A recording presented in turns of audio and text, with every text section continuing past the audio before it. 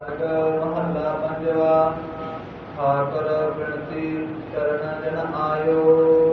ਵਾਹਿਗੁਰੂ ਜੀ ਕਾ ਖਾਲਸਾ, ਵਾਹਿਗੁਰੂ ਜੀ ਕੀ ਫਤਿਹ।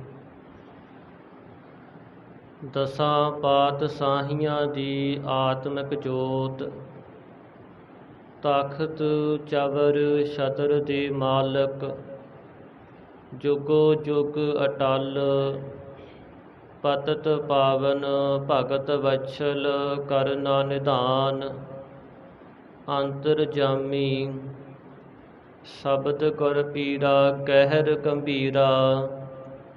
ਧੰਨ ਧੰਨ ਸ੍ਰੀ ਗੁਰੂ ਗ੍ਰੰਥ ਸਾਹਿਬ ਜੀ ਮਹਾਰਾਜ। ਸਤਿਗੁਰਾਂ ਦੀ ਸਾਜੀ ਨਿਵਾਜੀ ਪਰਮ ਸਨਮਾਨਯੋਗ, ਗੁਰੂ ਰੂਪ ਖਾਲਸਾ ਸਾਧ ਸੰਗਤ। ਅੰਮ੍ਰਿਤ ਵੇਲੇ ਗਰੀਬ ਨਿਵਾਜ ਸਤਿਗੁਰਾਂ ਦੀ ਪਾਵਨ ਹਜ਼ੂਰੀ ਅੰਦਰ ਦੀਵਾਨ ਸਜ ਰਿਹਾ ਹੈ। ਸਜੇ ਹੋਏ ਦੀਵਾਨ ਵਿੱਚ ਸਤਿਗੁਰੂ ਮਹਾਰਾਜ ਜੀ ਦੇ ਪਾਵਨ ਪਵਿੱਤਰ ਸਰੂਪਾਂ ਦੇ ਪ੍ਰਕਾਸ਼ ਦੀ ਸੇਵਾ ਹੋਈ। ਨਿਤਨੇਮ ਅੰਮ੍ਰਿਤ ਬਾਣੀ ਦਾ ਪਾਠ ਹੋਇਆ। ਆਪ ਜੀ ਨੇ ਸਤਿਗੁਰਾਂ ਦੇ ਦਰਸ਼ਨ ਦੀਦਾਰ ਕਰਕੇ, ਅੰਮ੍ਰਿਤ ਬਾਣੀ ਸਰਵਣ ਕਰਕੇ ਆਪਣੇ ਜੀਵਨ ਦਾ ਮਹਾਨ ਲਾਹਾ ਪ੍ਰਾਪਤ ਕੀਤਾ ਹੈ, ਆਨੰਦ ਮਾਣਿਆ। ਗੁਰਬਾਣੀ ਦੀ ਲੜੀਵਾਰ ਕਥਾ ਦਾ ਸਮਾਂ ਹੈ। ਮਨ ਚਿੱਤ ਬਿਰਤੀਆਂ ਇਕਾਗਰ ਕਰਕੇ ਸਤਿਗੁਰੂ ਮਹਾਰਾਜ ਜੀ ਦੇ ਚਰਨਾਂ ਨਾਲ ਜੁੜੀਏ ਅਤੇ ਆ ਰਹੀ ਕਥਾ ਸਰਵਣ ਕਰਕੇ ਆਪਣੇ ਜੀਵਨ ਦਾ ਹੋਰ ਲਾਹਾ ਪ੍ਰਾਪਤ ਕਰੀਏ ਜੀ। ਸਤਿਨਾਮ ਸ੍ਰੀ ਵਾਹਿਗੁਰੂ ਸਾਹਿਬ ਜੀ। ਸਾਰਗ ਮਹੱਲਾ ਪੰਜਵਾ। ਠਾਕੁਰ ਬਿਨਤੀ ਕਰਨ ਜਨ ਆਇਓ। ਸਾਧ ਸੰਗਤ, ਸਾਰੰਗ ਰਾਗ ਅੰਦਰ ਪੰਜਵੇਂ ਪਾਤਸ਼ਾਹ ਸ਼ਹੀਦਾਂ ਦੇ ਸਿਰਤਾਜ, ਸ਼ਾਂਤੀ ਦੇ ਪੁੰਜ, ਧੰਨ ਧੰਨ ਸ੍ਰੀ ਗੁਰੂ ਅਰਜਨ ਦੇਵ ਮਹਾਰਾਜ ਉਪਦੇਸ਼ ਬਖਸ਼ਦੇ ਹਨ। ਠਾਕੁਰ ਬੇਨਤੀ ਕਰਨ ਜਨ ਆਇਓ। ਹੇ ਠਾਕੁਰ ਵਾਹਿਗੁਰੂ ਪਰਮੇਸ਼ਰ, ਮੈਂ ਜਨ ਬੇਨਤੀ ਕਰਨ ਵਾਸਤੇ ਆਪ ਜੀ ਦੇ ਦਰ 'ਤੇ ਆਇਆ ਹਾਂ।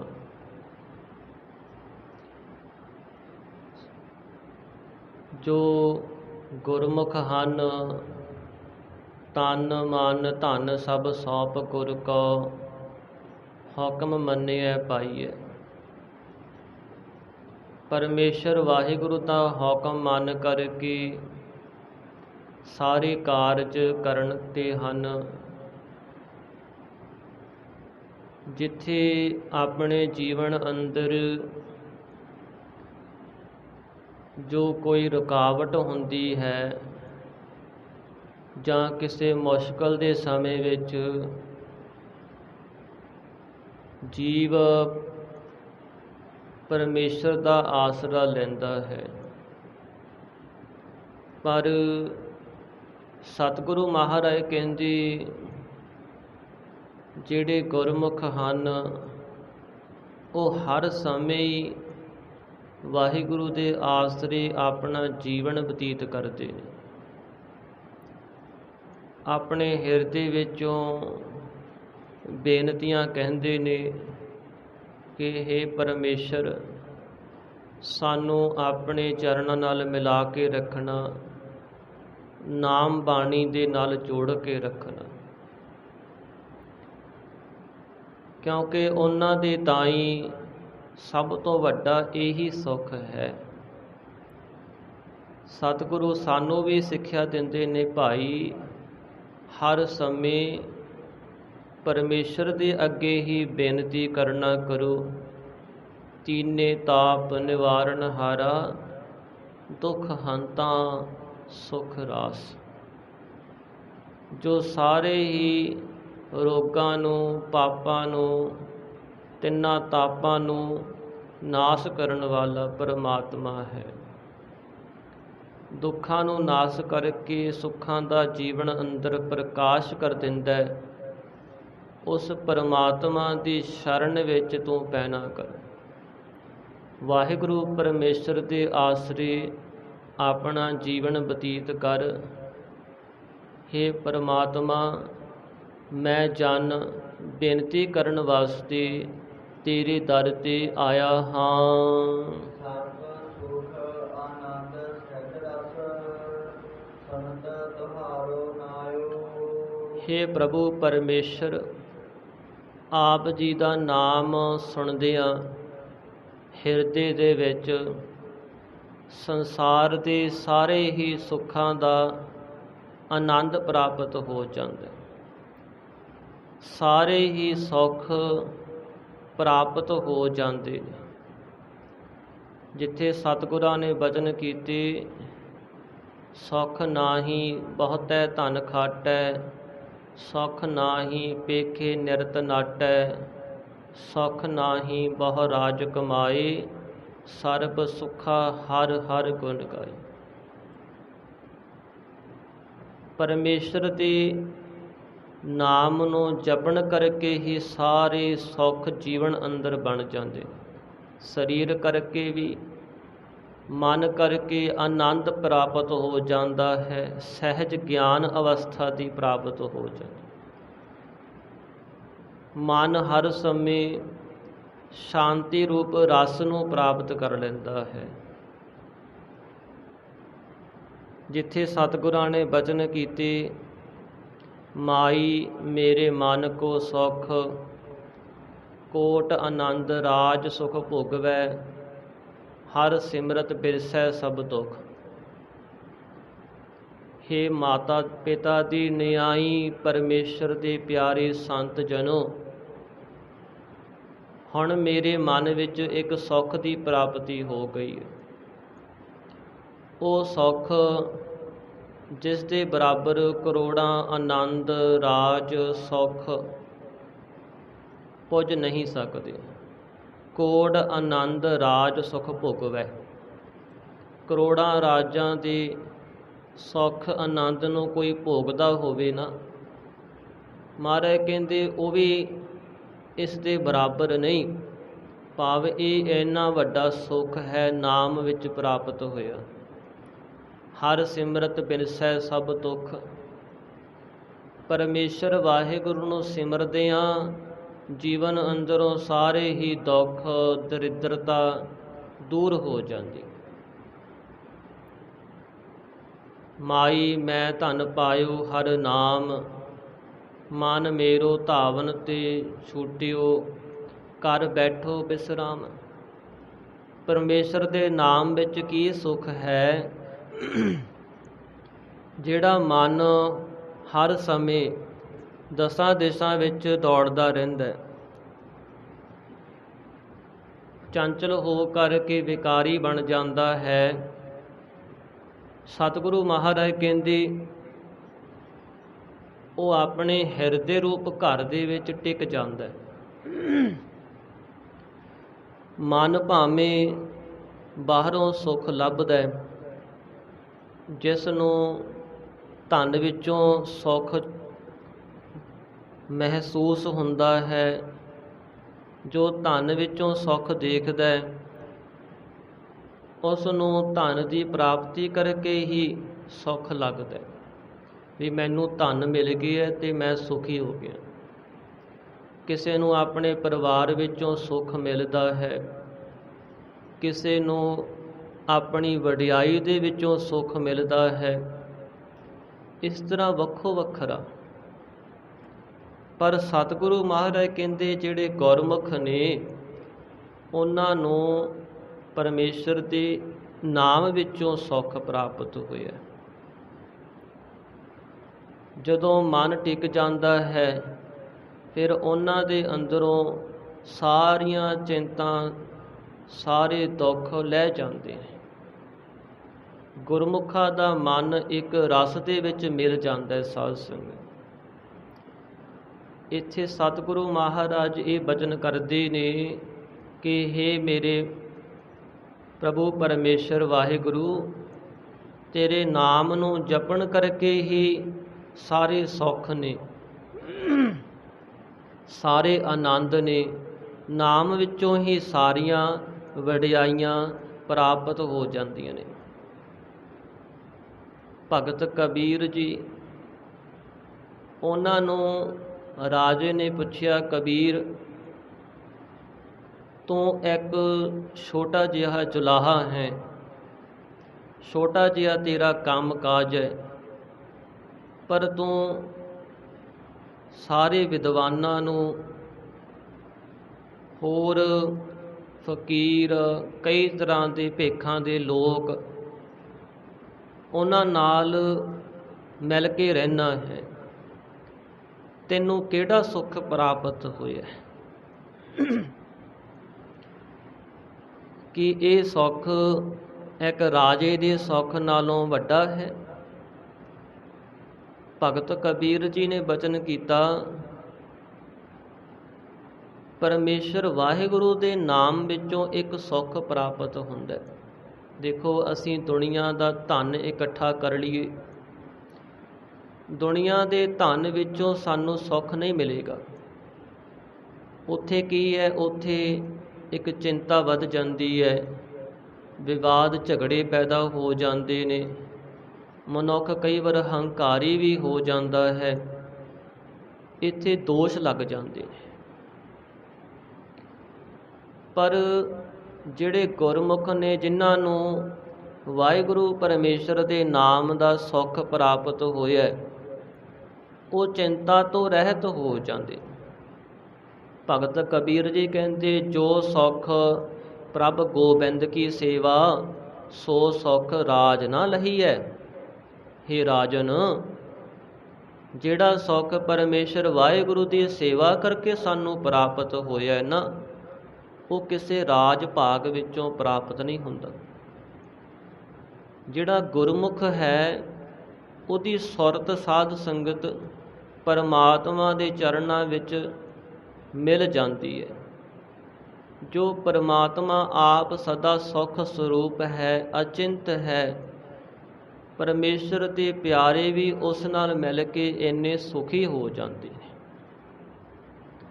ਇਸ ਲਈ ਸਤਿਗੁਰੂ ਮਹਾਰਾਜ ਬਚਨ ਕਰਦੇ ਨੇ, ਹੇ ਪਰਮਾਤਮਾ ਪਰਮੇਸ਼ਰ ਵਾਹਿਗੁਰੂ, ਸੁਨਤ ਤੁਹਾਰੋ ਨਾਇਓ। ਜਦੋਂ ਅਸੀਂ ਆਪ ਜੀ ਦਾ ਨਾਮ ਸੁਣਿਆ, ਸਰਬ ਸੂਖ ਆਨੰਦ ਰਸ, ਸਾਨੂੰ ਸਾਰੇ ਹੀ ਸੁੱਖ ਪ੍ਰਾਪਤ ਹੋ ਗਏ, ਆਨੰਦ ਪ੍ਰਾਪਤ ਹੋ ਗਿਆ। ਸਾਡੇ ਹਿਰਦੇ ਵਿੱਚ ਸਦਾ ਵਾਸਤੇ ਨਾਮ ਰਸ ਪੈਦਾ ਹੋ ਗਿਆ। ਉਹ ਰਸ ਜਿਹੜਾ ਕਦੇ ਨਾਸ ਨਹੀਂ ਹੁੰਦਾ। ਜਿਵੇਂ ਅਸੀਂ ਦੇਖਦੇ ਹਾਂ ਨਾ, ਕਿੰਨੇ ਰਸ ਨੇ, ਪਰ ਜਿਨ੍ਹਾਂ ਕੋਲ ਨਾਮ ਰੂਪ ਰਸ ਹੈ। ਭਗਤ ਫਰੀਦ ਜੀ ਨੇ ਬਚਨ ਕੀਤਾ, ਫਰੀਦਾ ਸ਼ੱਕਰ ਖੰਡ ਨਿਵਾਤ ਗੁੜ, ਮਾਖਿਓ ਮਾਂਝਾ ਦੁੱਧ, ਸਭੇ ਵਸਤੂ ਮਿੱਠੀਆ, ਰੱਬ ਨਾ ਪੁੱਜਣ ਤੁਧ। ਪਰਮਾਤਮਾ ਦੇ ਸਦਰਸ ਨਾਮ ਦਾ ਸੁੱਖ ਸਾਧ ਸੰਗਤ ਜਿਹੜਾ ਹੈ, ਉਹ ਦੁਨੀਆ ਦੇ ਸਾਰੇ ਰਸ ਉਸ ਦੇ ਬਰਾਬਰ ਫਿੱਕੇ ਹੋ ਜਾਂਦੇ, ਉਹਦੇ ਬਰਾਬਰ ਪਹੁੰਚ ਨਹੀਂ ਸਕਦੇ। ਇਸ ਲਈ ਮਹਾਰਾਜ ਬਚਨ ਕਰਦੇ ਨੇ, ਹੇ ਪ੍ਰਮਾਤਮਾ, ਤੇਰੇ ਨਾਮ ਵਿੱਚੋਂ ਸਭ ਤੋਂ ਵੱਡਾ ਸੁੱਖ ਸਾਨੂੰ ਪ੍ਰਾਪਤ ਹੋਇਆ ਹੈ।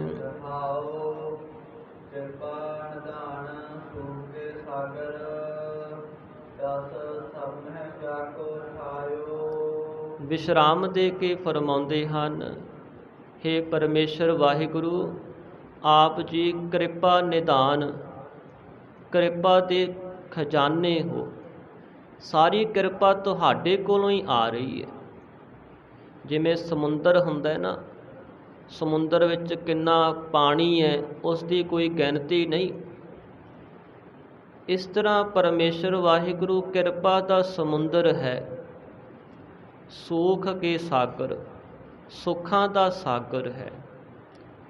ਸਾਰੇ ਸੁੱਖ ਉਸ ਵਿੱਚੋਂ ਹੀ ਪ੍ਰਾਪਤ ਹੁੰਦੇ ਨੇ। ਜਸ ਸਭ ਮਹਿ ਜਾ ਕੋ ਸਾਇਓ, ਜਿਸ ਪਰਮੇਸ਼ਰ ਦਾ ਜਸ ਸਾਰਿਆਂ ਵਿੱਚ ਹੀ ਛਾਇਆ ਹੋਇਆ ਹੈ। ਸਾਰੇ ਹੀ ਪਰਮਾਤਮਾ ਨੂੰ ਕਿਸੇ ਨਾ ਕਿਸੇ ਢੰਗ ਤਰੀਕੇ ਦੇ ਨਾਲ ਮਿਲਣਾ ਚਾਹੁੰਦੇ ਨੇ, ਝੁਕ ਰਹੇ ਨੇ, ਪਰਮਾਤਮਾ ਦੇ ਗੁਣ ਗਾ ਰਹੇ ਨੇ। ਸਾਰਾ ਸੰਸਾਰ ਹੀ ਪਰਮਾਤਮਾ ਦੀ ਸਿਫਤ ਕਰ ਰਿਹਾ, ਕਿਉਂਕਿ ਉਸ ਦਾ ਜਸ ਸਭ ਥਾਵਾਂ 'ਤੇ। ਹੁਣ ਅਸੀਂ ਦੇਖਦੇ ਹਾਂ ਨਾ, ਦੁਨੀਆ ਵਿੱਚ ਵੱਖੋ ਵੱਖਰੇ ਧਰਮ ਨੇ ਔਰ ਕਿੰਨੇ ਤਰ੍ਹਾਂ ਦੇ ਲੋਕ ਰਹਿੰਦੇ ਨੇ। ਹਰ ਥਾਂ 'ਤੇ ਕਿਸੇ ਨਾ ਕਿਸੇ ਨੇ ਆਪਣੇ ਤਰੀਕੇ ਦੇ ਨਾਲ ਪਰਮਾਤਮਾ ਨੂੰ ਪੂਜਣਾ ਕੀਤਾ ਹੈ, ਯਾਦ ਕਰਦੇ ਨੇ। ਹੈ ਸਾਰਿਆਂ ਵਿੱਚ ਹੀ ਪਰਮਾਤਮਾ ਦਾ ਜਸ। ਛੋਟੇ ਜੀਵ ਜੰਤੂ ਵੀ, ਪਸ਼ੂ ਪੰਛੀ ਵੀ ਉਸ ਪਰਮਾਤਮਾ ਦੇ ਹੁਕਮ ਵਿੱਚ ਚੱਲਦੇ ਨੇ। ਇਸ ਲਈ ਮਹਾਰਾਜ ਕਹਿੰਦੇ, ਹੇ ਪ੍ਰਭੂ ਪਰਮਾਤਮਾ, ਆਪ ਜੀ ਦੇ ਭਗਤਾਂ ਦਾ ਵੀ ਜਸ ਜਿਹੜਾ ਹੈ ਸਾਰੀਆਂ ਥਾਵਾਂ 'ਤੇ ਛਾਇਆ ਹੋਇਆ ਹੈ। ਸਤ ਸੰਗ ਰੰਗ ਤਨ ਕੀਏ, ਆਪਣਾ ਆਪ ਦ੍ਰਿਸ਼ਟਾਇਓ। ਜਿਨ੍ਹਾਂ ਨੇ ਸਤ ਸੰਗਤ ਕੀਤੀ, ਸੰਤ ਜੋ ਪਰਮੇਸ਼ਰ ਦੇ ਪਿਆਰੇ ਨੇ, ਉਹਨਾਂ ਨਾਲ ਮਿਲਣਾ ਕੀਤਾ, ਰੰਗ ਤੁਮ ਕੀਏ, ਉਹਨਾਂ ਦੇ ਅੰਦਰ ਹੈ ਪਰਮਾਤਮਾ ਤੋਂ ਆਪਣਾ ਪ੍ਰੇਮ ਪੈਦਾ ਕਰ ਦੇਣਾ। ਜਿੱਥੇ ਸਤ ਸੰਗਤ ਹੈ ਨਾ, ਉੱਥੇ ਪਰਮਾਤਮਾ ਦੀ ਛੋਹ ਪ੍ਰਾਪਤ ਹੁੰਦੀ ਹੈ। ਹੁਣ ਅਸੀਂ ਦੇਖੀਏ, ਪਰਮਾਤਮਾ ਕਿੱਥੇ ਯਾਦ ਆਉਂਦਾ ਹੈ, ਪਰਮਾਤਮਾ ਨੂੰ ਮਿਲਣ ਦਾ ਰਾਹ ਕਿੱਥੋਂ ਮਿਲਦਾ ਹੈ? ਉਹ ਹੈ ਸਤ ਸੰਗਤ। ਸਤ ਸੰਗਤ ਕੈਸੀ ਜਾਣੀ ਹੈ, ਜਿੱਥੈ ਏਕੋ ਨਾਮ ਵਖਾਣੀ ਹੈ, ਏਕੋ ਨਾਮ ਹੁਕਮ ਹੈ, ਨਾਨਕ ਸਤਿਗੁਰ ਦੀਆ ਬੁਝਾਏ ਜੀਓ। ਜਿੱਥੇ ਇੱਕ ਪਰਮਾਤਮਾ ਦੇ ਨਾਮ ਦੀ ਗੱਲ ਹੁੰਦੀ ਹੈ ਔਰ ਇੱਕ ਨਾਮ ਹੀ ਸਾਡੇ ਸਿਰ 'ਤੇ ਹੁਕਮ ਹੈ। ਪਰਮੇਸ਼ਰ ਦੇ ਨਾਮ ਤੋਂ ਬਿਨਾਂ ਕੁਝ ਵੀ ਸੰਸਾਰ ਤੋਂ ਅੱਗੇ ਜੀਵ ਦੇ ਨਾਲ ਨਹੀਂ ਜਾਂਦਾ। ਇਸ ਲਈ ਮਹਾਰਾਜ ਕਹਿੰਦੇ, ਤੂੰ ਸੰਸਾਰ ਅੰਦਰ ਵਾਹਿਗੁਰੂ ਦਾ ਨਾਮ ਜਪਣ ਵਾਸਤੇ, ਨਾਮ ਦਾ ਵਪਾਰ ਕਰਨ ਵਾਸਤੇ ਹੇ ਭਾਈ ਆਇਆ। ਨਾਮ ਦਾ ਵਪਾਰ ਕਰਨਾ, ਨਾਮ ਦੀ ਵਡਿਆਈ ਸੁਣਨੀ ਹੈ, ਨਾਮ ਦੀ ਵਡਿਆਈ ਨੂੰ ਆਪਣੇ ਹਿਰਦੇ ਵਿੱਚ ਵਸਾਉਣਾ ਹੈ, ਆਪਣੇ ਜੀਵਨ ਅੰਦਰ ਪਰਮੇਸ਼ਰ ਦੇ ਨਾਮ ਦੇ ਆਸਰੇ ਜੀਵਨ ਬਤੀਤ ਕਰਨਾ ਹੈ। ਊਠਤ ਬੈਠਤ ਸੋਵਤ ਧਿਆਈਐ, ਮਾਰਗ ਚਲਤ ਹਰੇ ਹਰ ਗਾਈਐ। ਸ਼ਰਵਣ ਸੁਨੀਚੈ ਹਰ ਹਰ ਕਥਾ, ਜਾਸ ਸੁਣੀ ਮਨ ਹੋਏ ਆਨੰਦਾ, ਦੁਖ ਦਰਦ ਸਗਲੇ ਲੱਥਾ। ਔਰ ਇਹ ਨਾਮ ਦੀ ਵਡਿਆਈ ਸਤ ਸੰਗਤ ਵਿੱਚੋਂ ਪ੍ਰਾਪਤ ਹੋਣੀ ਹੈ, ਜਿੱਥੇ ਸਤਿਗੁਰੂ ਜੀ ਸਾਨੂੰ ਉਪਦੇਸ਼ ਕਰਦੇ ਨੇ, ਇਹ ਮਨ ਪਿਆਰਿਆ ਤੂੰ ਸਦਾ ਸੱਚ ਸੰਭਾਲੇ। ਹੇ ਪਿਆਰੇ ਮਨ, ਤੂੰ ਸਦਾ ਆਪਣੇ ਹਿਰਦੇ ਵਿੱਚ ਸੱਚ ਨੂੰ ਸੰਭਾਲ ਕੇ ਰੱਖ। ਸੱਚ ਕੀ ਹੈ? ਸੱਚ ਹੈ ਕਿ ਤੂੰ ਇਸ ਸੰਸਾਰ ਵਿੱਚ ਕੁਝ ਲੱਭਣ ਵਾਸਤੇ ਆਇਆ। ਉਹ ਹੈ ਤੇਰਾ ਆਪਣਾ ਘਰ, ਨਿੱਜ ਘਰ। ਇੱਕ ਤਾਂ ਸਾਡੇ ਸਰੀਰ ਦਾ ਘਰ ਹੈ ਨਾ, ਇੱਕ ਸਾਡੇ ਮਨ ਦਾ ਘਰ ਹੈ। ਨਿੱਜ ਘਰ ਮਹਿਲ ਪਾਵਹੁ, ਸੁਖ ਸਹਿਜੇ ਬਾਹਰ ਨਾ ਹੋਏ ਕੋ ਫੇਰਾ। ਉਸ ਨਿੱਜ ਘਰ ਦੀ ਪ੍ਰਾਪਤੀ ਕਰਨੀ ਹੈ ਔਰ ਉਹ ਸੁਤੇ ਸਿੱਧ ਮਹਾਰਾਜ ਕਹਿੰਦੇ, ਤੈਨੂੰ ਜਦੋਂ ਪ੍ਰਾਪਤ ਹੋ ਗਿਆ ਨਾ, ਬਾਹਰ ਨਾ ਹੋਏ ਕੋ ਫੇਰਾ, ਫਿਰ ਦੁਬਾਰਾ ਤੇਰਾ ਦੁਨੀਆ ਅੰਦਰ ਫੇਰਾ ਨਹੀਂ ਹੋਵੇਗਾ। ਇਸ ਚੀਜ਼ ਨੂੰ ਸਮਝਾਂਗੇ ਫਿਰ ਹੀ ਸਾਧ ਸੰਗਤ ਇਸ ਰਸਤੇ 'ਤੇ ਮਨੁੱਖ ਚੱਲ ਸਕਦਾ। ਪਹਿਲਾਂ ਸਮਝਣਾ ਪੈਂਦਾ ਹੈ ਕਿ ਅਸੀਂ ਜਨਮਾਂ ਜਨਮਾਂ ਤੋਂ ਵਿਛੜੇ ਹੋਏ ਹਾਂ ਔਰ ਗੁਰੂ ਮਹਾਰਾਜ ਸਾਨੂੰ ਦੱਸਦੇ ਨੇ, ਤੈਨੂੰ ਪਰਮਾਤਮਾ ਨਾਲ ਮਿਲਣ ਵਾਸਤੇ ਇਹ ਇੱਕ ਜਨਮ ਪ੍ਰਾਪਤ ਹੋਇਆ ਔਰ ਇਸ ਜਨਮ ਵਿੱਚ ਤੂੰ ਬੰਦਗੀ ਕਰਕੇ ਪਰਮਾਤਮਾ ਤੱਕ ਪਹੁੰਚ ਸਕਦਾ ਹੈ। ਔਰ ਉਹ ਬੰਦਗੀ ਸਾਨੂੰ ਸਤ ਸੰਗਤ ਵਿੱਚੋਂ ਸਤਿਗੁਰੂ ਸਿਖਾਉਂਦੇ ਨੇ, ਕਈ ਤਰ੍ਹਾਂ ਦੇ ਜੁਗਤੀਆਂ ਦੱਸ ਕੇ, ਉਦਾਹਰਨਾਂ ਦੇ ਕੇ ਵਾਰ-ਵਾਰ ਸਤਿਗੁਰੂ ਸਾਨੂੰ ਸਮਝਾਉਂਦੇ ਨੇ। ਸੰਤ ਸੰਗ ਰੰਗ ਤੁਮ ਕੀਏ, ਹੇ ਪਰਮੇਸ਼ਰ ਵਾਹਿਗੁਰੂ, ਜਿਨ੍ਹਾਂ ਨੇ ਸਤ ਸੰਗਤ ਕੀਤੀ, ਰੰਗ ਤੁਮ ਕੀਏ, ਰੰਗ ਕਹਿੰਦੇ ਨੇ ਪ੍ਰੇਮ ਨੂੰ, ਉਹਨਾਂ ਨੇ ਤੇਰੇ ਨਾਲ ਪ੍ਰੇਮ ਕੀਤਾ, ਉਹਨਾਂ ਨੇ ਤੈਨੂੰ ਪ੍ਰੇਮ ਕਰਕੇ ਜਾਣ ਲਿਆ। ਸਾਚ ਕਹੂੰ ਸੁਨ ਲੇਹੋ ਸਭੈ, ਜਿਨ ਪ੍ਰੇਮ ਕੀਓ ਤੈਨ ਹੀ ਪ੍ਰਭ ਪਾਇਓ। ਸ੍ਰੀ ਗੁਰੂ ਅੰਗਦ ਦੇਵ ਮਹਾਰਾਜ ਜੀ ਦਾ ਗੁਰਤਾ ਗੱਦੀ ਦਿਹਾੜਾ ਲੰਘਿਆ। ਦੇਖੋ, ਸਤਿਗੁਰੂ ਅੰਗਦ ਦੇਵ ਮਹਾਰਾਜ ਜੀ ਬਾਬਾ ਲਹਿਣਾ ਜੀ ਦੇ ਰੂਪ ਵਿੱਚ ਸ੍ਰੀ ਗੁਰੂ ਨਾਨਕ ਦੇਵ ਮਹਾਰਾਜ ਦੀ ਸੇਵਾ ਕਰਦੇ ਨੇ। ਸੇਵਾ ਕਰਦਿਆਂ ਕਰਦਿਆਂ ਇਹਨਾਂ ਸਤਿਗੁਰਾਂ ਨਾਲ ਮਿਲ ਜਾਂਦੇ ਨੇ, ਹੁਕਮ ਦੇ ਇਹਨਾਂ ਪਾਬੰਦ ਹੋ ਜਾਂਦੇ ਨੇ। ਜੋ ਸਤਿਗੁਰੂ ਕਹਿ ਦੇਣ ਬਸ ਉਸ ਹੁਕਮ ਨੂੰ ਮੰਨਣਾ ਹੀ ਆਪਣਾ ਜੀਵਨ ਸਮਝਦੇ ਨੇ। ਸਤਿਗੁਰੂ ਨਾਨਕ ਦੇਵ ਮਹਾਰਾਜ ਨੇ ਕਿਹਾ ਕਿ ਤੁਸੀਂ ਹੁਣ ਬਹੁਤ ਲੰਮਾ ਸਮਾਂ ਹੋ ਗਿਆ ਸੇਵਾ ਕਰਦਿਆਂ, ਆਪਣੇ ਨਗਰ ਖਡੂਰ ਵਿੱਚ ਆਪਣੇ ਪਰਿਵਾਰ ਨੂੰ ਮਿਲ ਕੇ ਆਓ। ਕਵੀ ਰਾਜ ਕਵੀ ਭਾਈ ਸੰਤੋਖ ਸਿੰਘ ਜੀ ਕਹਿੰਦੇ, ਬਾਬਾ ਲਹਿਣਾ ਜੀ ਦਾ ਮਨ ਤਾਂ ਨਹੀਂ ਸੀ ਕਰਦਾ ਜਾਣ ਨੂੰ, ਪਰ ਗੁਰੂ ਸਾਹਿਬਾਂ ਦਾ ਇਹ ਹੁਕਮ ਹੋ ਗਿਆ ਨਾ, ਗੁਰੂ ਸਾਹਿਬਾਂ ਨੇ ਆਪ ਕਹਿ ਦਿੱਤਾ ਤੇ ਹੁਕਮ ਮੰਨਣਾ ਵੀ ਜ਼ਰੂਰੀ ਹੈ। ਤਾਂ ਉਸ ਸਮੇਂ ਕਹਿੰਦੇ ਸਰੀਰ ਤਾਂ ਹੁਕਮ ਦਾ ਬੱਧਾ ਹੋਇਆ ਖਡੂਰ ਸਾਹਿਬ ਚਲਿਆ ਗਿਆ, ਪਰ ਜਿਹੜਾ ਮਨ ਸੀ ਨਾ, ਉਹ ਗੁਰੂ ਨਾਨਕ ਦੇਵ ਮਹਾਰਾਜ ਦੇ ਚਰਨਾਂ ਵਿੱਚ ਕਰਤਾਰਪੁਰ ਸਾਹਿਬ ਵੀ ਰਿਹਾ। ਮਨ ਉੱਥੇ ਰਿਹਾ ਵੀ ਮੈਂ ਕਿਸ ਤਰ੍ਹਾਂ ਸੇਵਾ ਕਰਦਾ ਸੀ, ਹੁਣ ਸਤਿਗੁਰੂ ਜੀ ਕੀ ਕਰਦੇ ਹੋਣੇ ਆ, ਹੁਣ ਸਤਿਗੁਰਾਂ ਨੇ ਇਸ਼ਨਾਨ ਕੀਤਾ ਹੋਵੇਗਾ, ਇਹ ਸਤਿਗੁਰਾਂ ਦੇ ਸਿਮਰਨ ਦਾ ਵੇਲਾ ਹੈ। ਇਸ ਤਰ੍ਹਾਂ ਮਨ ਉੱਥੇ ਗੁਰੂ ਸੇਵਾ ਵਿੱਚ ਹੀ ਲੱਗਿਆ ਰਿਹਾ ਤੇ ਤਕਰੀਬਨ 2-3 ਦਿਨ ਹੀ ਆਪਣੇ ਨਗਰ ਰਹਿ ਕੇ ਪਰਿਵਾਰ ਨੂੰ ਮਿਲ ਕੇ ਵਾਪਸ ਆ ਗਏ। ਜਦੋਂ ਵਾਪਸ ਆਏ, ਸਤਿਗੁਰੂ ਨਾਨਕ ਦੇਵ ਮਹਾਰਾਜ ਕਹਿਣ ਲੱਗੇ, ਭਾਈ ਲਹਿਣਿਆ, ਅਜੇ ਤਾਂ 2-3 ਦਿਨ ਹੋਏ ਤੈਨੂੰ ਗਿਆ, ਤੂੰ ਇੰਨੀ ਛੇਤੀ ਕਿਉਂ ਵਾਪਸ ਆ ਗਿਆ ਭਾਈ? ਕਹਿਣ ਲੱਗੇ, ਮਹਾਰਾਜ ਹੁਣ ਮੇਰਾ ਮਨ ਤੁਹਾਡੇ ਤੋਂ ਬਿਨਾਂ ਰਹਿ ਨਹੀਂ ਸਕਦਾ। ਜਦੋਂ ਮੈਂ ਤੁਹਾਡੇ ਤੋਂ ਦੂਰ ਜਾਂਦਾ ਨਾ, ਜਿਵੇਂ ਮੱਛੀ ਪਾਣੀ ਤੋਂ ਬਿਨਾਂ ਨਹੀਂ ਰਹਿ ਸਕਦੀ, ਇਸ ਤਰ੍ਹਾਂ ਮੇਰਾ ਜੀਵਨ ਤੁਹਾਡੇ ਤੋਂ ਬਿਨਾਂ ਨਹੀਂ ਹੈ। ਦੇਖੋ, ਇੰਨਾ ਮਨ ਗੁਰੂ ਦੇ ਚਰਨਾਂ ਵਿੱਚ ਭਿੱਜ ਗਿਆ। ਇਹ ਪ੍ਰੇਮ ਹੀ ਹੈ ਨਾ ਜਿਹੜਾ ਗੁਰੂ ਨਾਲ ਮਿਲਾ ਕੇ ਰੱਖਦਾ। ਸੰਤ ਸੰਗ ਰੰਗ ਤੁਮ ਕੀਏ, ਹੇ ਪ੍ਰਭੂ, ਜਿਨ੍ਹਾਂ ਨੇ ਸਤ ਸੰਗਤ ਕੀਤੀ, ਉਹਨਾਂ ਨੇ ਜਾਣ ਲਿਆ ਤੈਨੂੰ, ਉਹਨਾਂ ਨੇ ਫਿਰ ਤੇਰੇ ਨਾਲ ਪ੍ਰੇਮ ਕੀਤਾ, ਆਪਣਾ ਆਪ ਦ੍ਰਿਸ਼ਟਾਇਓ, ਫਿਰ ਉਹਨਾਂ ਦੇ ਤਾਈਂ ਤੂੰ ਆਪਣਾ ਆਪ ਦਿਖਾ ਦਿੱਤਾ।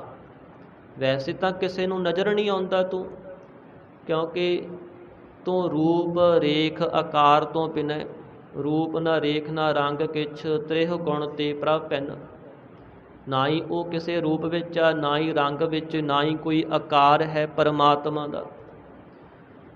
ਪਰ ਜਿਹੜੇ ਗੁਰਮੁਖ ਨੇ, ਉਹਨਾਂ ਨੇ ਪਰਮਾਤਮਾ ਨੂੰ ਦੇਖ ਲੈਣਾ ਕੀਤਾ ਆਪਣੇ ਅੰਤਰ ਆਤਮੇ, ਉਹਨਾਂ ਅੱਖਾਂ ਦੇ ਨਾਲ ਜਿਨ੍ਹਾਂ ਪ੍ਰਥਾਏ ਸਤਿਗੁਰੂ ਕਹਿੰਦੇ, ਨਾਨਕ ਸੇ ਅੱਖੜੀਆਂ ਬਿਆਨ ਜਿਨੀ ਦਿਸੰਦੋ ਮਾ ਪਿਰੀ। ਜਿਨ੍ਹਾਂ ਅੱਖਾਂ ਦੇ ਨਾਲ ਮੇਰਾ ਪ੍ਰਭੂ ਪਰਮਾਤਮਾ ਦਿਸਦਾ ਹੈ ਨਾ, ਉਹ ਭਾਈ ਅੱਖਾਂ ਹੋਰ ਨੇ, ਉਹ ਅੱਖਾਂ ਗੁਰਮੁਖਾਂ ਨੂੰ ਪ੍ਰਾਪਤ ਹੋਈਆਂ ਨੇ। ਉਹ ਸਾਧ ਸੰਗਤ ਕੀ ਹੈ? ਕਵੀ ਰਾਜ ਕਵੀ ਭਾਈ ਵੀਰ ਸਿੰਘ ਜੀ, ਉਹ ਕਹਿੰਦੇ, ਜਦੋਂ ਤੁਸੀਂ ਕਿਸੇ ਠੰਡੇ ਇਲਾਕੇ ਵੱਲ ਜਾਓ ਨਾ, ਜਿੱਥੇ ਬਰਫ਼ ਪੈਂਦੀ ਹੋਵੇ, ਜਿਵੇਂ ਜਿਵੇਂ ਤੁਸੀਂ ਉੱਥੇ ਨੇੜੇ ਜਾਓਗੇ, ਤੁਹਾਨੂੰ ਠੰਡ ਲੱਗਣੀ ਸ਼ੁਰੂ ਹੋ ਜਾਵੇਗੀ। ਪਤਾ ਲੱਗ ਜਾਵੇਗਾ ਵੀ ਅਸੀਂ ਉਸ ਇਲਾਕੇ ਵਿੱਚ ਪਹੁੰਚ ਰਹੇ ਹਾਂ। ਇਹ ਸਾਨੂੰ ਨਿਸ਼ਾਨੀਆਂ ਮਿਲ ਜਾਂਦੀਆਂ ਨੇ ਨਾ। ਕਹਿੰਦੇ ਜਿਹੜੇ ਗੁਰਮੁਖ ਬੰਦਗੀ ਕਰਦੇ ਨੇ, ਸਤ ਸੰਗਤ ਕਰਦੇ ਨੇ, ਉਹਨਾਂ ਦੇ ਮਨ ਨੂੰ ਸੱਚ ਚੰਗਾ ਲੱਗਣ ਲੱਗ ਜਾਂਦਾ ਹੈ, ਉਹਨਾਂ ਦਾ ਚਿੱਤ ਟਿਕਣ ਲੱਗ ਜਾਂਦਾ ਹੈ, ਉਹਨਾਂ ਦੇ ਮਨ ਅੰਦਰ ਦ੍ਰਿੜ ਵਿਸ਼ਵਾਸ ਵੱਧ ਜਾਂਦਾ ਹੈ ਕਿ ਸਭ ਕੁਝ ਪਰਮਾਤਮਾ ਹੀ ਕਰ ਰਿਹਾ ਹੈ, ਉਹੀ ਚੇਤਨ ਹੈ। ਉਹਨਾਂ ਨੂੰ ਪਰਮਾਤਮਾ ਚੇਤੇ ਆਉਂਦਾ ਹੈ, ਵਾਹਿਗੁਰੂ ਦੀ ਯਾਦ ਆਉਂਦੀ ਹੈ ਅਤੇ ਹਿਰਦੇ ਵਿੱਚ ਆਨੰਦ ਪੈਦਾ ਹੋ ਜਾਂਦਾ ਹੈ। ਪਰਮਾਤਮਾ ਦਾ ਸਰੂਪ ਕੀ ਹੈ? ਪਰਮਾਤਮਾ ਕੋਈ ਦਿਸਦੀ ਵਸਤੂ ਥੋੜ੍ਹੀ ਹੈ ਵੀ ਅਸੀਂ ਅੱਖਾਂ ਖੋਲ੍ਹਾਂਗੇ ਦੇਖ ਲਾਂਗੇ ਵੀ ਆਹ ਪਰਮਾਤਮਾ ਹੈ। ਨਹੀਂ, ਉਹ ਸੱਚ ਚਿੱਤ ਆਨੰਦ ਸਰੂਪ ਹੈ। ਸੱਚ ਕਹਿੰਦੇ ਨੇ ਸੱਚਾ, ਚਿੱਤ ਕਹਿੰਦੇ ਨੇ ਚੇਤਨ। ਵਿਦਵਾਨਾਂ ਨੇ ਦੋ ਚੀਜ਼ਾਂ ਮੰਨੀਆਂ ਨੇ, ਇੱਕ ਚੇਤਨ ਅਤੇ ਇੱਕ ਜੜ। ਜਿਹੜੀ ਚੇਤਨ ਚੀਜ਼ ਹੁੰਦੀ ਹੈ ਸਾਧ ਸੰਗਤ, ਉਹ ਇੱਕ ਥਾਂ ਤੋਂ ਦੂਜੀ ਥਾਂ 'ਤੇ ਚੱਲ ਫਿਰ ਕੇ ਜਾ ਸਕਦੀ ਹੈ। ਜਿਵੇਂ ਅਸੀਂ ਮਨੁੱਖ ਹਾਂ ਜਾਂ ਹੋਰ ਪਸ਼ੂ ਪੰਛੀ ਨੇ। ਅਤੇ ਜਿਹੜੀ ਜੜ ਚੀਜ਼ ਹੁੰਦੀ ਹੈ ਉਹ ਇੱਕ ਥਾਂ 'ਤੇ ਹੀ ਪਈ ਰਹਿ ਸਕਦੀ ਹੈ, ਉਹ ਹਿੱਲਦੀ ਨਹੀਂ। ਇਸ ਲਈ ਪੱਥਰਾਂ ਨੂੰ, ਦਰਖਤਾਂ ਨੂੰ ਜੜ ਆਖਿਆ ਜਾਂਦਾ ਹੈ। ਪਰਮਾਤਮਾ ਚੇਤਨ ਹੈ ਕਿਉਂਕਿ ਉਹ ਆਪਣੇ ਸਰੂਪ ਨੂੰ ਵੀ ਜਾਣਦਾ ਹੈ। ਅਸੀਂ ਤੁਰ ਫਿਰ ਤਾਂ ਸਕਦੇ ਹਾਂ, ਪਰ ਸਾਨੂੰ ਆਪਣੇ ਸਰੂਪ ਦਾ ਗਿਆਨ ਨਹੀਂ। ਇਸ ਲਈ ਅਸੀਂ ਚੇਤਨ ਨਹੀਂ ਹਾਂ।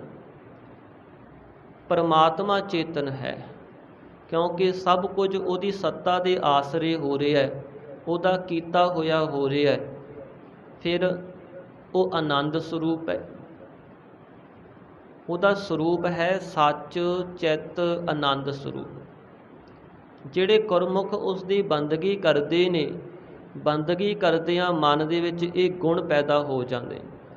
ਮਨ ਨੂੰ ਸੱਤ ਚੰਗਾ ਲੱਗਦਾ, ਮਨ ਪਰਮਾਤਮਾ ਦੇ ਵਿਸ਼ਵਾਸ 'ਤੇ ਦ੍ਰਿੜ ਹੋ ਜਾਂਦਾ ਹੈ ਕਿ ਪਰਮਾਤਮਾ ਹੀ ਸਭ ਕੁਝ ਕਰਨ ਵਾਲਾ ਹੈ।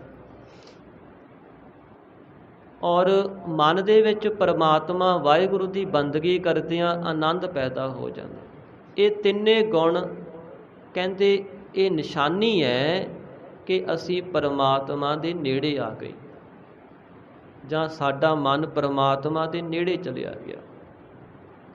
ਇਸ ਤਰ੍ਹਾਂ ਗੁਰਮੁਖਾਂ ਨੇ ਪ੍ਰਤੱਖ ਵੀ, ਇਹ ਤਾਂ ਪਹਿਲੀ ਅਵਸਥਾ ਹੈ ਨਾ, ਜਦੋਂ ਵਾਹਿਗੁਰੂ ਪ੍ਰਤੱਖ ਕਿਰਪਾ ਕਰਦਾ ਤਾਂ ਸਾਧ ਸੰਗਤ, ਜਿਵੇਂ ਭਗਤ ਨਾਮਦੇਵ ਜੀ ਕਹਿੰਦੇ ਸਭ ਗੋਬਿੰਦ ਹੈ, ਸਭ ਗੋਬਿੰਦ ਹੈ, ਗੋਬਿੰਦ ਬਿਨ ਨਹੀਂ ਕੋਈ, ਸਭ ਕੁਝ ਪਰਮਾਤਮਾ ਹੀ ਹੈ। ਤਾਂ ਉਹਨਾਂ ਨੂੰ ਪਰਮਾਤਮਾ ਹੀ ਹਰ ਪਾਸੇ ਨਜ਼ਰ ਆਉਂਦਾ ਹੈ।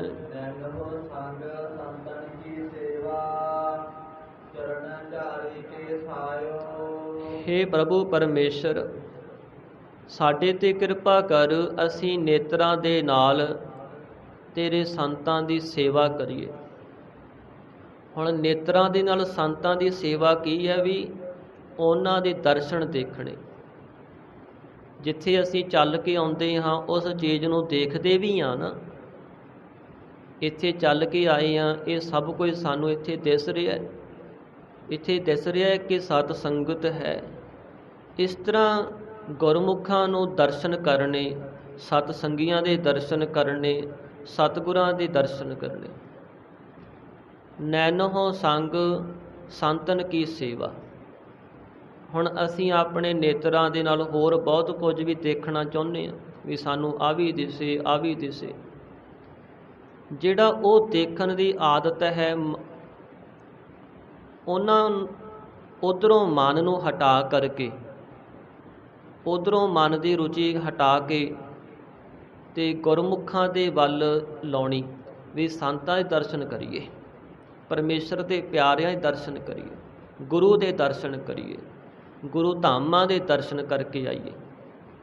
ਇਸ ਤਰ੍ਹਾਂ ਜਿਹੜੇ ਨੇਤਰਾਂ ਦੇ ਨਾਲ ਸੰਤਾਂ ਪ੍ਰਭੂ ਦੇ ਪਿਆਰਿਆਂ ਦੀ ਸੇਵਾ ਕਰਨੀ।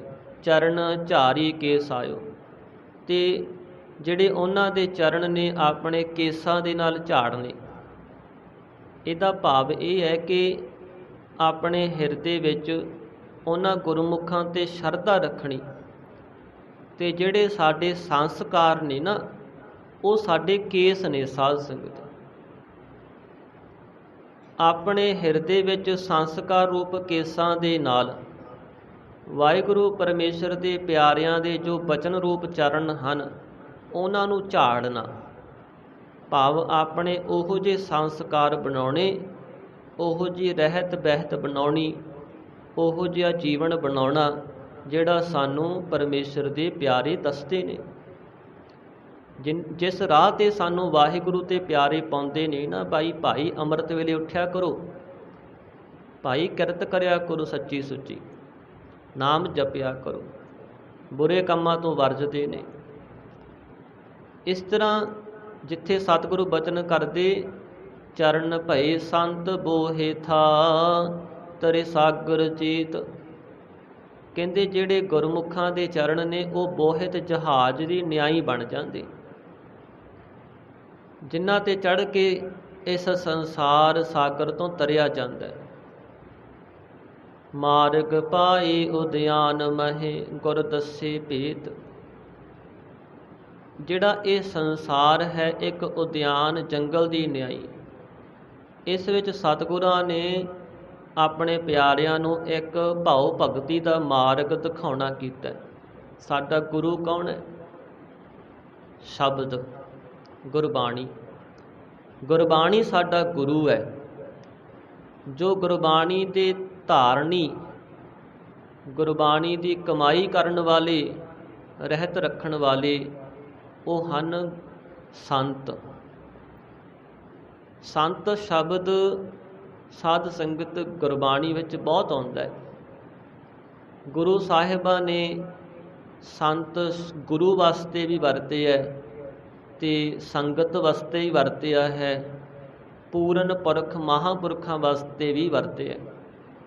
ਭਗਤਾਂ ਦਾ ਨਾਮ ਵੀ ਸੰਤ ਆਇਆ।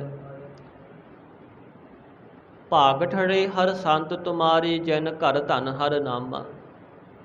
ਮਹਾਰਾਜ ਕਹਿੰਦੇ, ਇਹ ਪ੍ਰਭੂ ਉਹ ਸ੍ਰੇਸ਼ਟ ਭਾਗਾਂ ਵਾਲੇ ਗੁਰਮੁਖ ਹਨ, ਉਹ ਤੇਰੇ ਸੰਤ ਨੇ। ਕੌਣ? ਜਿਨ੍ਹਾਂ ਦੇ ਹਿਰਦੇ ਵਿੱਚ ਤੇਰਾ ਨਾਮ ਵਸਿਆ ਹੋਇਆ। ਦੁਨੀਆ ਨਹੀਂ ਵੀ ਮੈਨੂੰ ਦੁਨੀਆ ਚਾਹੀਦੀ ਹੈ, ਮੈਨੂੰ ਸੰਸਾਰ ਦੇ ਪਦਾਰਥ ਚਾਹੀਦੇ ਨੇ, ਨਹੀਂ, ਜਿਹਦੇ ਅੰਦਰ ਤੇਰਾ ਨਾਮ ਵਸਿਆ। ਪਰਵਾਨ ਗਣੀ ਸੇਈ ਇਹ ਆਏ, ਸਫਲ ਤਿੰਨਾ ਕੀ ਕਾਮਾ। ਉਹਨਾਂ ਦਾ ਆਇਆ ਹੋਇਆ ਸੰਸਾਰ 'ਚ ਪ੍ਰਵਾਨ ਨੀਕ ਹੈ। ਧੰਨ ਬਾਬਾ ਬੁੱਢਾ ਜੀ, ਦੇਖੋ ਕੈਸੇ ਸੰਤ। ਸ੍ਰੀ ਗੁਰੂ ਨਾਨਕ ਦੇਵ ਮਹਾਰਾਜ ਤੋਂ ਲੈ ਕੇ ਸੇਵਾ ਕੀਤੀ। ਬਾਲਕ ਅਵਸਥਾ ਸੀ ਜਦੋਂ ਕਰਤਾਰਪੁਰ ਸਾਹਿਬ ਸ੍ਰੀ ਗੁਰੂ ਨਾਨਕ ਦੇਵ ਮਹਾਰਾਜ ਦੇ ਚਰਨਾਂ ਵਿੱਚ ਆਏ, ਔਰ ਸੇਵਾ ਕਰਦਿਆਂ ਸਾਧ ਸੰਗਤ ਬਜ਼ੁਰਗ ਅਵਸਥਾ ਹੋ ਗਈ। 125 ਸਾਲ ਦੀ ਉਮਰ, ਜਿਸ ਸਮੇਂ ਸ੍ਰੀ ਗੁਰੂ ਹਰਗੋਬਿੰਦ ਸਾਹਿਬ ਮਹਾਰਾਜ ਜੀ ਦੇ ਦਰਸ਼ਨ ਕਰਦਿਆਂ ਸਰੀਰ ਤਿਆਗ ਦਿੱਤਾ। ਔਰ ਜੀਵਨ ਕੈਸਾ ਬਣਾਇਆ? ਜੀਵਨ ਕੈਸਾ? ਕਹਿੰਦੇ ਸਿੱਖੀ ਦੇ ਥੰਮ ਨੇ ਬਾਬਾ ਬੁੱਢਾ ਜੀ। ਔਰ ਗੁਰੂ ਪਾਤਸ਼ਾਹ ਕਹਿੰਦੇ, ਜਿਨ੍ਹਾਂ ਦਿਸੰਦੜਿਆ ਦੁਰਮਤ ਵੰਜੈ, ਮਿੱਤਰ ਅਸਾਡੜੇ ਸੇਈ। ਹਉ ਟੂਟੇਤੀ ਜਗ ਸਬਾਇਆ, ਜਨ ਨਾਨਕ ਵਿਰਲੇ ਕੇਈ। ਉਹਨਾਂ ਗੁਰਮੁਖਾਂ ਦੇ ਦਰਸ਼ਨ ਕਰਦਿਆਂ ਹੀ ਜਿਹੜੀ ਅੰਦਰੋਂ ਮਾੜੀ ਮੱਤ, ਮਾੜੇ ਖਿਆਲ ਨਾਸ ਹੋ ਜਾਂਦੇ। ਗੁਰਮੁਖਾਂ ਦੀ ਸੰਗਤ ਕਰਦਿਆਂ, ਉਹਨਾਂ ਦੇ ਦਰਸ਼ਨ ਕਰਦਿਆਂ, ਪਰ ਉਹਨਾਂ ਗੁਰਮੁਖਾਂ ਦੀ ਗਿਣਤੀ ਬਹੁਤੀ ਨਹੀਂ ਹੁੰਦੀ, ਉਹ ਤਾਂ ਵਿਰਲੇ ਵਿਰਲੇ ਹੁੰਦੇ ਨੇ। ਆਵੈ ਸਾਹਿਬ ਚਿੱਤ ਤੇਰਿਆ ਭਗਤਾ ਟਿੱਠਿਆ, ਮਨ ਕੇ ਕੱਟਿਐ ਮੈਲ ਸਾਧ ਸੰਗ ਉੱਠਿਆ। ਸੋ ਮਹਾਰਾਜ ਬਚਨ ਕਰਦੇ, ਹੇ ਪ੍ਰਭੂ ਪਰਮਾਤਮਾ, ਚਰਨ ਝਾਰੀ ਕੇ ਸਾਇਓ। ਅਸੀਂ ਆਪਣੇ ਸੰਸਕਾਰ ਰੂਪ ਕੇਸਾਂ ਦੇ ਨਾਲ ਤੇਰੇ ਚਰਨਾਂ ਨੂੰ ਝਾੜਨਾ ਕਰੀਏ। ਗੁਰੂ ਦੇ ਚਰਨ ਹਨ ਸ਼ਬਦ, ਸ਼ਬਦ ਨੂੰ ਆਪਣੇ ਹਿਰਦੇ 'ਚ ਵਸਾ ਲੈਣਾ ਕਰੀਏ। ਆਠ ਪਹਿਰ ਦਰਸ਼ਨ ਸੰਤਨ ਕਾ, ਸਫਲ ਨਾਨਕ ਇਹ ਪਾਇਓ। ਅੱਠੇ ਪਹਿਰ ਤੇਰੇ ਸੰਤਾਂ ਦਾ ਦਰਸ਼ਨ ਕਰਦੇ ਰਹੀਏ, ਜਿਹੜੇ ਤੇਰੇ ਨਾਲ ਮਿਲੇ ਹੋਏ ਨੇ ਨਾ, ਹਰ ਸਮੇਂ ਤੇਰੇ ਗੁਣ ਗਾਉਂਦੇ ਨੇ, ਤੇਰੀ ਸਿਫਤ ਕਰਦੇ ਨੇ। ਹੇ ਪ੍ਰਭੂ, ਤੇਰੇ ਭੈ ਵਿੱਚ ਰਹਿੰਦੇ ਨੇ, ਉਹਨਾਂ ਦਾ ਦਰਸ਼ਨ ਸਾਨੂੰ ਬਖਸ਼। ਅੱਠੇ ਪਹਿਰ, ਅੱਠੇ ਪਹਿਰ ਤੋਂ ਭਾਵ ਵੀ ਜਦੋਂ ਅਸੀਂ ਚਾਹੀਏ ਉਦੋਂ ਹੀ ਉਹਨਾਂ ਦਾ ਦਰਸ਼ਨ ਹੋ ਜਾਵੇ। ਸੁਖ ਨਾਨਕ ਇਹੋ ਪਾਇਓ, ਇਸ ਵਿੱਚੋਂ ਹੀ ਅਸੀਂ ਸੁੱਖ ਦੀ ਪ੍ਰਾਪਤੀ ਕੀਤੀ ਹੈ ਕਿ ਗੁਰਮੁਖਾਂ ਦੀ ਸੰਗਤ ਵਿੱਚੋਂ ਹੀ ਆਪਣੇ ਜੀਵਨ ਦਾ ਅਸਲੀ ਲਾਹਾ ਪ੍ਰਾਪਤ ਹੁੰਦਾ ਹੈ। ਸਾਰਗ ਮਹੱਲਾ ਪੰਜਵਾ, ਜਾਕੀ ਰਾਮ ਨਾਮ ਨਿਵਲਾਕੀ। ਹੁਣ ਸਤਿਗੁਰੂ ਜੀ ਸਾਨੂੰ ਦੱਸਦੇ ਨੇ, ਜਿਹੜੇ ਉਹ ਗੁਰਮੁਖ ਨੇ ਜਿਨ੍ਹਾਂ ਦੀ ਸੁਰਤ, ਜਿਨ੍ਹਾਂ ਦੀ ਲਿਵ ਪਰਮੇਸ਼ਰ ਵਾਹਿਗੁਰੂ ਦੇ ਨਾਲ ਜੁੜੀ ਹੋਈ ਹੈ, ਜਿਹੜੇ ਹਰ ਸਮੇਂ ਉਠਤ ਬੈਠਤ ਪਰਮਾਤਮਾ ਨੂੰ ਹੀ ਯਾਦ ਕਰਦੇ ਨੇ। ਕਾਹੇ ਏਕ ਬਿਨਾ ਚਿਤ ਲਾਈਐ, ਉਠਤ ਬੈਠਤ ਸੋਵਤ ਜਾਗਤ ਸਦਾ ਸਦਾ ਹਰ ਧਿਆਈਐ। ਜਿਹੜੇ ਹਰ ਸਮੇਂ ਸਵਾਸ ਸਵਾਸ ਪਰਮਾਤਮਾ ਨੂੰ ਚੇਤੇ ਕਰਦੇ ਨੇ, ਜਿਨ੍ਹਾਂ ਦੀ ਰਾਮ ਪਰਮੇਸ਼ਰ ਵਾਹਿਗੁਰੂ ਦੇ ਨਾਮ ਦੇ ਨਾਲ ਆਪਣੇ ਹਿਰਦੇ ਦੀ ਲਿਵ ਲੱਗ ਗਈ ਹੈ।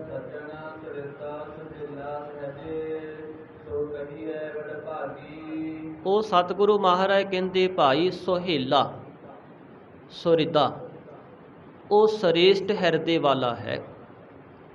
ਭਾਵ ਉਹਦੇ ਹਿਰਦੇ ਵਿੱਚ ਕੋਈ ਵਲ ਛਲ ਨਹੀਂ ਹੁੰਦਾ, ਕੋਈ ਕਪਟ ਨਹੀਂ ਹੁੰਦਾ, ਕੋਈ ਝੂਠ ਨਹੀਂ ਲੁਕਿਆ ਹੁੰਦਾ ਵੀ ਅੰਦਰੋਂ ਹੋਰ ਤੇ ਬਾਹਰੋਂ ਹੋਰ। ਐਂ ਹੀ ਹੈ ਨਾ, ਅਸੀਂ ਦੇਖਦੇ ਹਾਂ ਅੱਜ ਕੱਲ੍ਹ।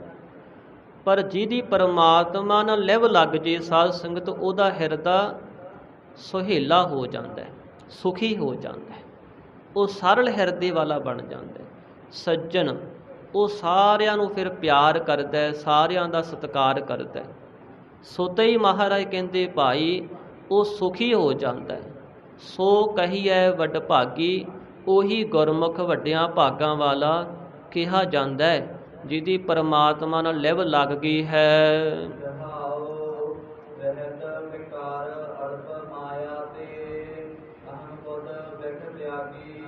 ਵਿਸ਼ਰਾਮ ਦੇ ਕੇ ਸਤਿਗੁਰੂ ਫਰਮਾਉਂਦੇ ਨੇ, ਉਹਦੇ ਹਿਰਦੇ ਵਿੱਚ ਵਿਕਾਰ ਨਹੀਂ ਹੁੰਦੇ, ਉਹ ਵਿਕਾਰਾਂ ਤੋਂ ਰਹਿਤ ਹੋ ਜਾਂਦਾ। ਅਲਪ ਮਾਇਆ ਤੇ, ਅਲਪ ਕਹਿੰਦੇ ਅਲੇਪ ਰਹਿਣਾ। ਜਿਵੇਂ ਮੁਰਗਾਈਆਂ ਹੁੰਦੀਆਂ ਨੇ ਨਾ, ਪਾਣੀ ਵਿੱਚ ਡੁੱਬਦੀਆਂ ਨਹੀਂ, ਉਹਨੂੰ ਕਹਿੰਦੇ ਅਲੇਪ ਰਹਿਣਾ। ਪਾਣੀ ਵਿੱਚ ਵੀ ਰਹਿੰਦੀ ਹੈ ਮੁਰਗਾਈ, ਪਰ ਡੁੱਬਦੀ ਨਹੀਂ ਸਾਧ ਸੰਗਤ। ਇਸ ਤਰ੍ਹਾਂ ਜਿਹੜੇ ਗੁਰਮੁਖ ਨੇ ਉਹ ਸੰਸਾਰ ਵਿੱਚ ਰਹਿੰਦੇ ਨੇ। ਸੰਸਾਰ ਵਿੱਚ ਪਦਾਰਥਾਂ ਰੂਪ ਪਾਣੀ ਭਰਿਆ ਹੋਇਆ। ਜਿਵੇਂ ਪਾਣੀ ਹੁੰਦਾ ਨਾ, ਅਸੀਂ ਗੋਤਾ ਖਾ ਜਾਂਦੇ ਹਾਂ ਪਾਣੀ 'ਚ, ਇਸ ਤਰ੍ਹਾਂ ਸਾਨੂੰ ਪਦਾਰਥ ਜਿਹੜੇ ਨੇ ਉਹ ਆਪਣੇ ਵਿੱਚ ਡੋਬ ਲੈਂਦੇ ਨੇ। ਪਰ ਗੁਰਮੁਖ ਜਿਹੜੇ ਨੇ ਉਹ ਪਦਾਰਥਾਂ ਰੂਪ ਪਾਣੀ ਵਿੱਚ ਅਲੇਪ ਰਹਿੰਦੇ, ਨਿਰਲੇਪ। ਅਲਪ ਮਾਇਆ ਤੇ, ਅਲਪ ਕਹਿੰਦੇ ਨੇ ਤੁੱਛ। ਉਹ ਮਾਇਆ ਨੂੰ ਤੁੱਛ ਜਾਣਦੇ ਨੇ ਕਿ ਇਹ ਜਿਹੜੀ ਮਾਇਆ ਹੈ ਨਾ, ਇਹ ਵੀ ਪਰਮਾਤਮਾ ਦੀ ਬਣਾਈ ਹੋਈ ਹੈ, ਪਰਮਾਤਮਾ ਦੇ ਹੁਕਮ ਵਿੱਚ ਚੱਲਣ ਵਾਲੀ ਹੈ। ਇਹ ਮਾਇਆ ਆਪ ਮੈਨੂੰ ਛਲ ਨਹੀਂ ਸਕਦੀ। ਅਹੰ ਬੁੱਧ ਬਿਖ ਤਿਆਗੀ, ਉਹਨਾਂ ਗੁਰਮੁਖਾਂ ਨੇ ਜਿਹੜੀ ਹਉਮੈ ਹੈ ਨਾ ਤੇ ਬਿਖ ਜ਼ਹਿਰ ਰੂਪ ਮਾਇਆ, ਉਹਨਾਂ ਦਾ ਤਿਆਗ ਕਰ ਦਿੱਤਾ ਹੈ, ਆਪਣੇ ਹਿਰਦੇ ਵਿੱਚੋਂ ਇਸ ਨੂੰ ਛੱਡ ਦਿੱਤਾ ਹੈ।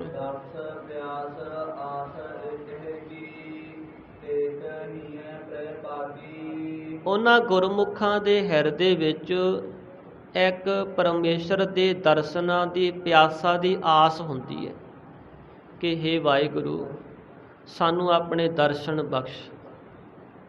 ਬਹੁਤ ਜਨਮ ਵਿਛੜਿਆ ਲੰਘ ਗਏ, ਮੈਂ ਤੇਰੀ ਬੰਦਗੀ ਨਹੀਂ ਕੀਤੀ, ਤੇਥੋਂ ਭੁੱਲ ਕੇ ਰਿਹਾ।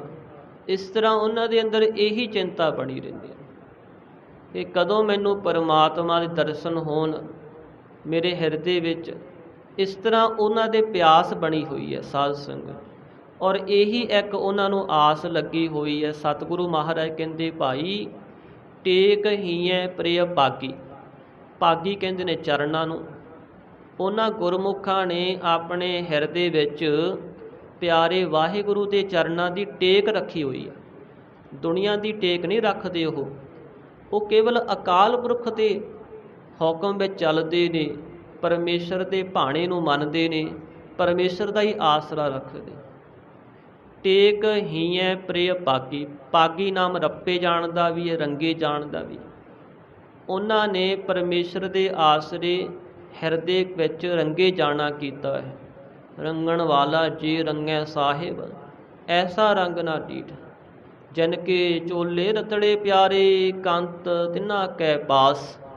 ਜਿਹਦਾ ਮਨ ਭਿੱਜਿਆ ਹੋਵੇ ਨਾ, ਉਹਦੇ ਕੋਲ ਹੀ ਪਰਮਾਤਮਾ ਦਾ ਵਾਸਾ ਹੁੰਦਾ। ਦੇਖੋ ਅਸੀਂ ਪੜ੍ਹਦੇ ਹਾਂ ਜੀਵਨ ਭਾਈ ਮਨੀ ਸਿੰਘ ਬੰਦ ਕੱਟਿਆ ਗਿਆ, ਪਰ ਗੁਰੂ ਨਹੀਂ ਭੁਲਾਇਆ, ਨਾ ਹੀ ਬੇਮੁਖ ਹੋਏ। ਇੱਥੋਂ ਤੱਕ ਕਿ ਸਾਧ ਸੰਗਤ ਜਦੋਂ ਜਲਾਦ ਨੇ ਭਾਈ ਸਾਹਿਬ ਜੀ ਦੇ ਸਰੀਰ ਦਾ ਬੰਦ ਕੱਟ ਕੇ ਟੋਕਰੇ ਵਿੱਚ ਪਾ ਦਿੱਤਾ ਨਾ, ਇਕੱਠਾ ਕਰਕੇ, ਤਾਂ ਉਸ ਸਮੇਂ ਸੁਖਮਣੀ ਸਾਹਿਬ ਦਾ ਪਾਠ ਆਰੰਭ ਕੀਤਾ ਸੀ। 8ਵੀਂ ਅਸ਼ਟਪਦੀ ਬ੍ਰਹਮ ਗਿਆਨੀ ਵਾਲੀ ਅਸ਼ਟਪਦੀ, ਅਤੇ ਉੱਥੇ ਪਾਠ ਆਇਆ ਸੀ। ਅਤੇ ਟੋਕਰੇ ਦੇ ਵਿੱਚੋਂ ਕਹਿੰਦੇ ਟੁਕੜੇ ਵਿੱਚੋਂ ਆਵਾਜ਼ ਆਉਂਦੀ ਰਹੀ। ਕਿੱਡੀ ਵੱਡੀ ਅਵਸਥਾ ਹੈ। ਸੰਪੂਰਨ ਸ੍ਰੀ ਸੁਖਮਣੀ ਸਾਹਿਬ ਦਾ ਪਾਠ ਹੋਇਆ। ਐਸੇ ਉਹ ਗੁਰਮੁਖਾਂ ਦੇ ਜੀਵਨ। ਸੋ ਮਹਾਰਾਜ ਕਹਿੰਦੇ ਉਹਨਾਂ ਦਾ ਮਨ ਵਾਹਿਗੁਰੂ ਦੇ ਚਰਨਾਂ ਵਿੱਚ ਰੰਗਿਆ ਹੋਇਆ ਹੈ।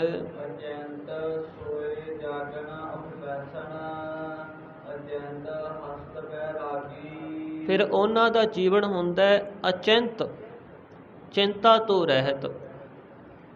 ਉਹ ਚਿੰਤਾ ਤੋਂ ਰਹਿਤ ਹੁੰਦੇ ਨੇ ਔਰ ਉੱਠਦੇ ਬੈਠਦੇ ਨੇ, ਜਾਗਦੇ ਨੇ।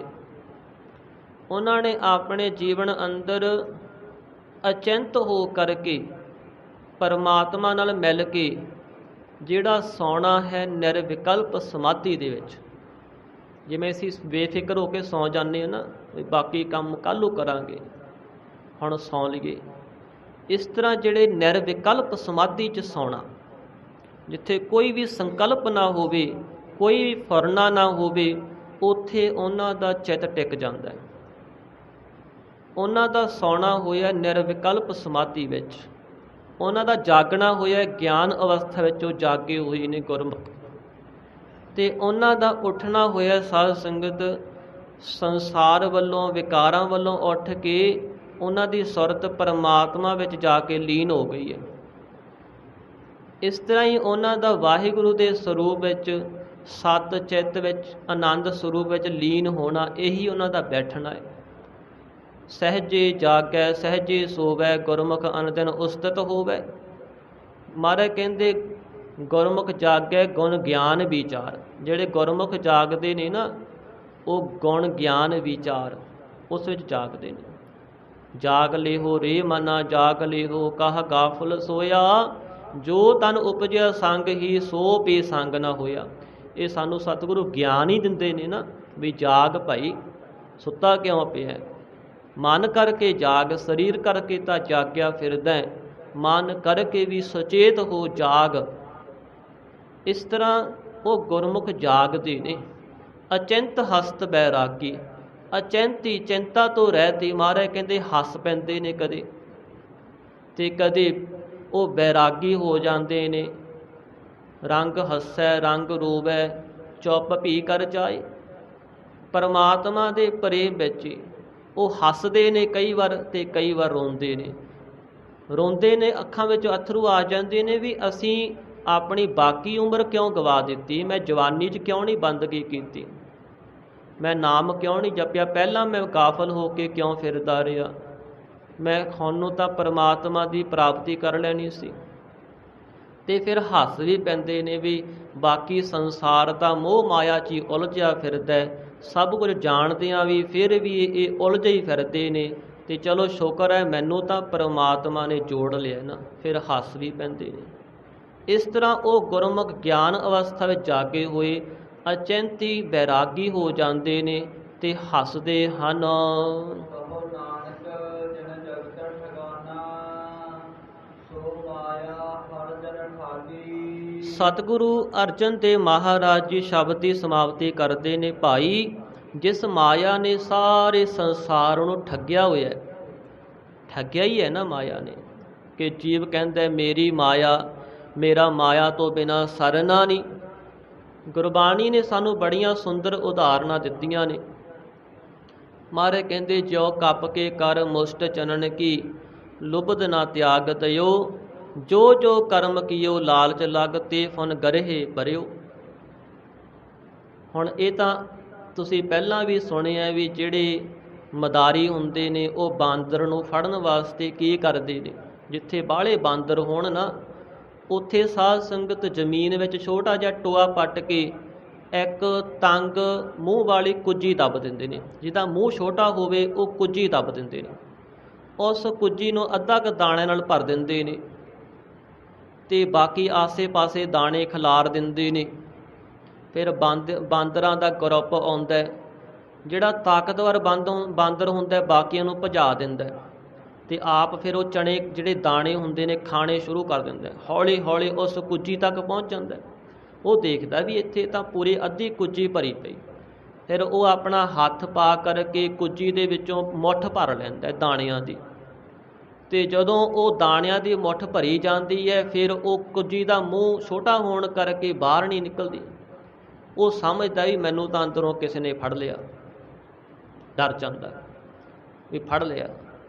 ਤੇ ਫਿਰ ਜਿਹੜੀ ਉਹ ਦਾਣੇ ਹੁੰਦੇ ਆ ਉਹਨਾਂ ਨੂੰ ਛੱਡਣ ਨੂੰ ਜੀ ਨਹੀਂ ਕਰਦਾ।